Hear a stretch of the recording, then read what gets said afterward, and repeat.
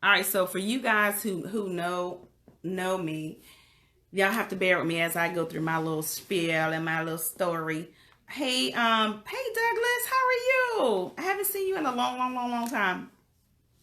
But anyway, so my name is Tasha McCray, and I am a nurse of going on 26 years, and a retired hairstylist for about 24, 25 years, and an investor. I invest in real estate primarily, and I just wanted to just give you guys a little background about my education, business, and maybe some things you may not know about me, or something you may not know about me. So I told you about my nursing, doing hair, and becoming a real estate investor. So education wise, I have a master's degree in nursing education, and I have been practicing like case management for probably the past maybe 15 years. And so, yes, Douglas, case management for the last 15 years. And then the last company I worked for, they were actually, the contract was not renewed with the state. And we knew this about 9 months to a year ahead of time. All right, well, come on in. Tamara says she sees that she's a host now. Okay. So, so yeah. So I knew about 9 months a year that I was no longer going to be working for that particular company. So I started trying to figure out what it was I wanted to do when I grew up. It's when I was in my 40s, but I was like, okay, I don't want to go back behind the chair and do hair. I don't want to go back in the hospital and do nursing anymore. I don't feel like I can serve the community, working a 9 to 5, and, being on the floor, or being in a cubicle as a case manager. I didn't feel like I could serve my community that way. And I really didn't quite know what I wanted to do. And as time was winding up towards the end of my career, I'm literally, like, I'm going to tell you guys to be honest, literally was sitting at my desk at home because I work from home. And I was scrolling on Instagram one day, and I saw a lady who was just casually talking, and she was in a car riding with this guy, and she was literally casually talking. And she had mentioned that she owned 33 or 34 properties, rental properties, and she owned like 8 tax companies. And so I was like, oh, wait a minute. What? It's 12 o'clock noon, and I'm sitting here working, and you're riding around having fun in the middle of the day, and you don't have a boss, and you are a boss, and you're making a lot of money with these rental properties. I think I'm interested in that. So what I did was I Googled her, and when I Googled her, I found out that she just gotten out of prison like 2 years prior. What that did for me was that changed my whole life. That changed my perspective. Number one, I was super duper. Hey, Felicia, thank you for joining. I was super duper kind of sort of embarrassed. Like, I've been in this career for over 25 years, and I can't ride around during the day and do nothing, or ride around the day and do what I want to do. And she's been locked up in prison, and she came out, and she's killing the game, and she's able to do whatever she wants to do during the day. I want to do what she does. No, I don't want to go to prison. No, I don't want to spend time behind bars, but I want to be able to, I want to have that freedom. And I've always been a proponent of creating generational wealth for your children. So, like, seriously, hey cousin. So I really wanted to find out more about this real estate. And that was in October of 2018. And what did I do? I jumped in. Like, I went in. I went in hard, educating myself, YouTube University, podcasts, books, you name it. I was doing it. Real estate. I ate real estate. I dreamt real estate, everything. So I did that thing. And then I started going to local meetings. I started doing everything I could do, like everything, to learn real estate. And so once I did that, I started learning, that what I learned was there was a wide variety of things, and it was what I thought was it took a lot of money to get into real estate, and I quickly realized through my education that it didn't take a lot of money, but there were some pieces that that were still missing. So what I did, hey LaShonda, thanks for joining. So what I did was I found out that I could roll over my retirement into a self-directed IRA, and that I could invest out of that retirement fund. And that's what I did. And so in doing so, I was able to lend money to other investors who were fixing and flipping properties. So what that did for me was that kind of catapult my real estate investing career. So by me giving other investors money, they allowed me to come in on their projects and watch and learn that way. So I did that. That's how I got in. I was studying wholesaling properties. And so I started doing some wholesaling, learning the game with wholesaling. And then what happened was, I said, you know what? I have all this information, but I don't know how to put it in my head in a systematic way. And I don't really know what my niche is. So what I did was I paid for a mentor. So I had a mentor, and hey, Shanette. And I just, everything that I'd learned, it was kind of, in a system, but it still wasn't kind of enough for me. But I got enough knowledge to build on, and that's what I began doing. And I just kept going to meetings and kept networking with other investors until I kind of got it. Oh yes, no problem, LaShonda. So that's what I started doing. That's how I got in the game. I was just lending money out to other investors, and as they would pay me back, it would go back into my self-directed IRA account, and it would be tax free. I didn't have to pay taxes on that money, and it was just building wealth for me for later, for when I do retire. Mm-hmm. So I began doing that, and then one thing led to another. I started doing wholesale deals, and I started purchasing properties on my own, and then so fast forward to maybe April of 2019, I was like, I've learned a lot, in maybe, I don't know, 6-7 months, and I've done a lot of deals. Mm-hmm. And then I said, you know what? This is what I'm going to do. I'm going to teach other nurses how to do this, because if I would have learned this while I was on the floor working 12, 16-hour shifts, 4 or 5 days a week, if I would have learned this then, this strategy, how real estate can change your life and how much money you can make in real estate. If I would have known this then, I'd have been a multimillionaire by now. So I need to go back and teach these nurses what I know. I never ever said I was a guru. I was out here just doing it as I learned things. Hey, Winky. I'm in your area, Winky. I'm in South Carolina right now. I'm at my sister's house. So anyway, I began to learn, and I said, if I can just act on it, implement what I learned, teach the other nurses how they can invest in real estate, because I have a degree in education. So educating people is not a problem for me. I don't have I really love educating people. If I learn something and I do it and it works for me, you better believe I'm going to teach you. So I formed a group, and then that's kind of how the Nurse REI Club got started. So that's kind of what made me want to go into real estate and how I got started. So I want to share with you one thing how you can get started. Just if you're getting started, the one thing I want to say to you is know your why. Don't just do real estate because somebody else is doing real estate. That's not it. Know your why.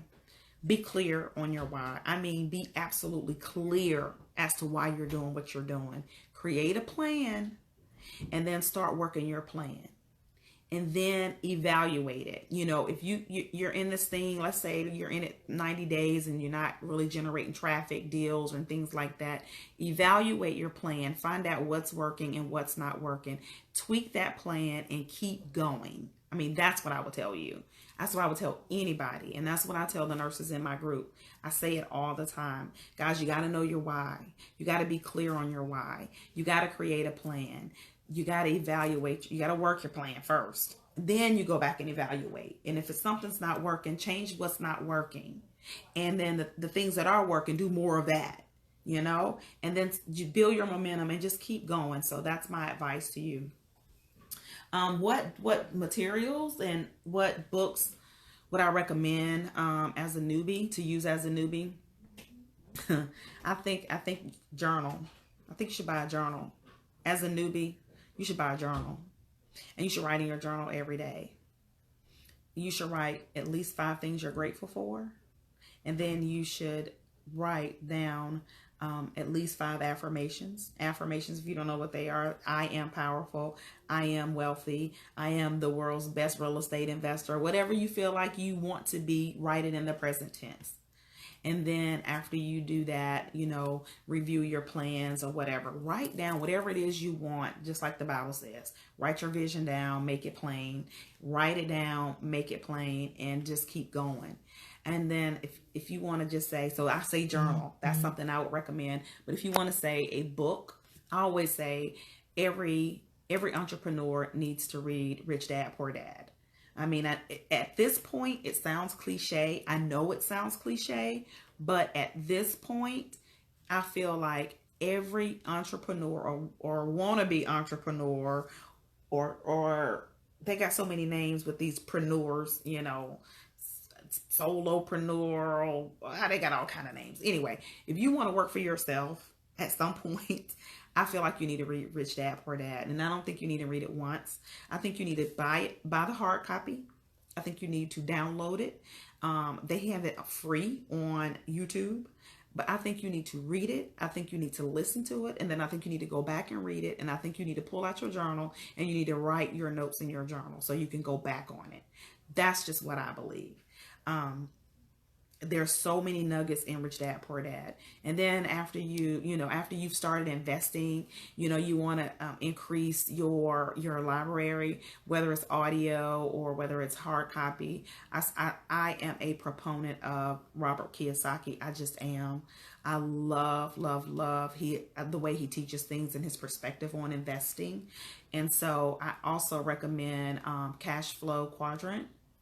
And then I recommend, I think it's Investing, kind of like Why the Rich Get Richer, that book. I will just delve into all of his books. Yes. So anyway, that's what I would recommend. And then the next question is, what is your greatest accomplishment in real estate? I feel like to date, my greatest accomplishment is starting the Nurse REI group. And the reason why I feel like that's one of my greatest accomplishments in real estate is because I can do deals all day long. I can do deals every day. Whether you close every day, that's different, but I can do deals every day. That's not really an accomplishment. An accomplishment for me is to be able to bring other people along with me. That's a huge accomplishment for me. That's my passion, meeting up with my purpose, to be able to educate other people and bring other people along. That is it. That's my greatest accomplishment. If you want to put numbers on that accomplishment, or, if people want to know, well, how much money can you, what are you proud of about the money that you make? I'm just going to say, an average wholesale deal for me is $20K. Like that's an average wholesale deal for me right now. So that's a great accomplishment, to be able to wholesale properties and my assignment fee be $20,000. That's a great accomplishment if you want to put a number on it. And then the next question is, what will people learn when they come to this conference? So we are having a conference. The Security Bags live tour starts in Charlotte, March 20th through the 22nd. So what will people learn? They're going to learn about mindset. Like I am doing a session on mindset because that is huge. And I feel like you can't do anything if you have the wrong mindset. Like, you're just going to be spinning your wheels. So you're going to learn a lot about mindset. And then you're also going to learn about real estate, like 101, like the things that people skip over and people don't really teach. Like, every investor has a niche, every investor. And I feel like every investor needs that, every investor needs to know excuse me, what their niche is within, I'm going to say within 6 months to a year. You need to know that, so you can run with it. You can build on that, and you can be the best that you can in that thing that you're good at. So you're going to learn how to find out what you're good at and how to tie that into real estate and how to 10x your money. That's what you're going to learn from me and at the Security Bags tour. VIP is already sold out. I think Elite is, I think we might have about 6 more seats in Elite. And then we have virtual seats. So a lot of people are like, I can't make it to Charlotte. It's okay. With this wonderful technology that I'm not that good at right now, because I couldn't add Tamara in. But with this wonderful technology, you know, we do have people who are doing our retreats. So they're over all that. So you're able to get a virtual seat. And we have some killer people, you know, Tamara Neely, it's her, you know, this was her baby, her mastermind. She's the mastermind behind this retreat. She does government contracting with transitional housing for veterans. She works with AIDS patients, and she does housing for them. She's, you know, has several multi-million-dollar contracts with the government, and that's her niche. She's very good at it, like extremely good at it. I'm one of her mentees. You know, I call myself her mentee, but we've coined each other as our business. She's my business best friend. I'm her business best friend. So I learn a lot from her with that, you know, her model, her business model. She's excellent at it. She's been doing it for over 14 years, and she's a beast at it. So, you know, this is something that she wanted to do, the Security Bags tour, and she brought along Donna Rosby. She is the queen of stocks.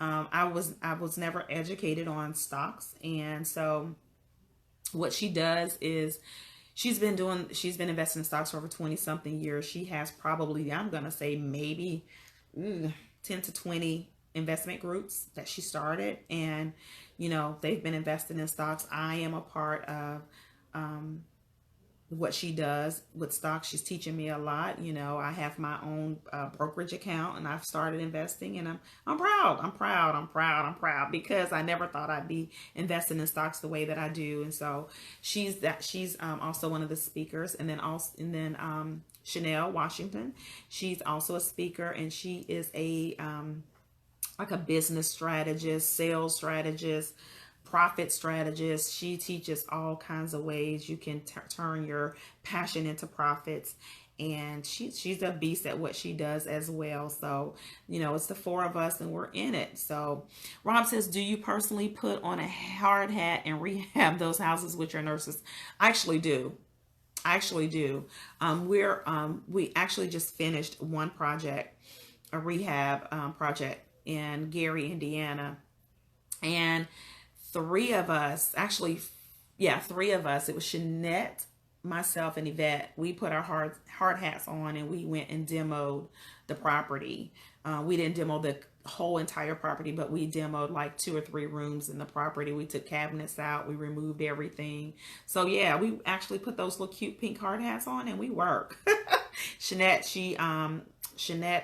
I'm not going to say knock down trees. She cut down trees with a saw. I mean, like, we were really working. So we pulled up, we knocked down walls. We took down drywall. We hauled that stuff away. We spent a whole day doing a demo. So yeah, we do the work. And then, I've been up there, you know, after that and did some work. I think I did a live with my husband, and another investor, a friend of mine who lives there. We did some work. I knocked down drywall in the garage, and we went and got new drywall to bring in, and yeah, I work. So I really physically do the work. Thanks for that question. And then the last question is, why should you make an investment to come to the retreat or purchase a virtual ticket for the retreat? I feel like you should make the investment because you're a great grandchildren and your great-great-grandchildren, they need you. They need you to make this investment. They're depending on you. They really are. We put, we go live on Facebook and Instagram, Snapchat, and we talk about generational wealth, and we hashtag it, and we hashtag secure the bags. But let me tell you something. If you don't leave something for your great-great-grandchildren who you will never meet, if you don't have a legacy for them, then everything that you've done to date is naught. It means nothing. I mean, nothing. If you cannot invest in yourself to be able to put yourself, your family, your legacy, create a legacy for your great-great-great-grandchildren, then what you're doing, you're living in vain. I'm going to be honest. The Bible speaks of that. You have to leave something for future generations to come. And I'm big on that. And that's what I'm doing. So that's why I feel like you should invest in yourself. I don't care if it's not real estate. It could be something else. It could be stocks. It could be anything. But if you can't leave a legacy for your family, then I don't know why you're here. I'm just going to be honest. It's just my personal opinion. So I'm going to leave. Does anybody have any questions? Anybody have any more questions? Because I'm supposed to answer a few questions on here. If y'all got some questions, you can ask. I don't mind answering a couple questions. I think I've already answered about 2 or 3 already. But if you have any, you can ask. If you need to know how to get a ticket for the Secure the Bags tour, then I'm going to put it out. I'll put it in the comment section. I'll put the link there so you can click on the link so you can find out how you can join that Secure the Bags tour. It's cool. I don't think I have any questions. You skipped ahead in the video. Okay, I don't think. Wait a minute, hold on. Do you have any difficulties being a woman in real estate industry, being that it's more dominated by men? Sometimes I do. I need to be honest. I do. I think I work a little harder than men. When I first come in on a deal, I'm invited on a lot of big deals, nationwide. And I have to tell you, one of the first big deals I was invited on by another investor, there were 13 men there, and I was the only woman. And of course, I'm the only woman of color, but I was the only woman there. And out of those 13 men, probably, I'm going to say 9 to 10 of those men asked me pretty much, how did you get here? How were you able to get here and sit at this table with us? And, I was honest, because I'm a deal maker. I'm a deal closer, and I'm a problem solver. And so those are I'm still live. You want to come say hey? Yeah, that's okay. I'm at my sister's house. Got to take care of some business here in South Carolina this week, so hanging out with her. This is my sister. So anyway, yeah. So I could say that with confidence. I didn't care if they were asking me and wanted to know how I ended up at the table. And if they didn't want me at the table, I was going to create my own table anyway. So it doesn't matter. So to answer your question, yeah, sometimes it is difficult, Rob, but it's okay. I'm here for it. Built for it, tough. All right, so I don't want to hold you guys any longer. So I'm gonna leave you with the quote, and it's more of a mantra. It's something that I say every day, that everything is always working out for me. And that's something that I don't care what I'm going through. If I stop and I say, you know what? Everything is always working out for me. Everything. It just makes everything better, and I can move on. And that's something that I live by. Everything is always working out for me, whether good or bad. All right, guys. Thank you for joining. Talk to you soon. Bye.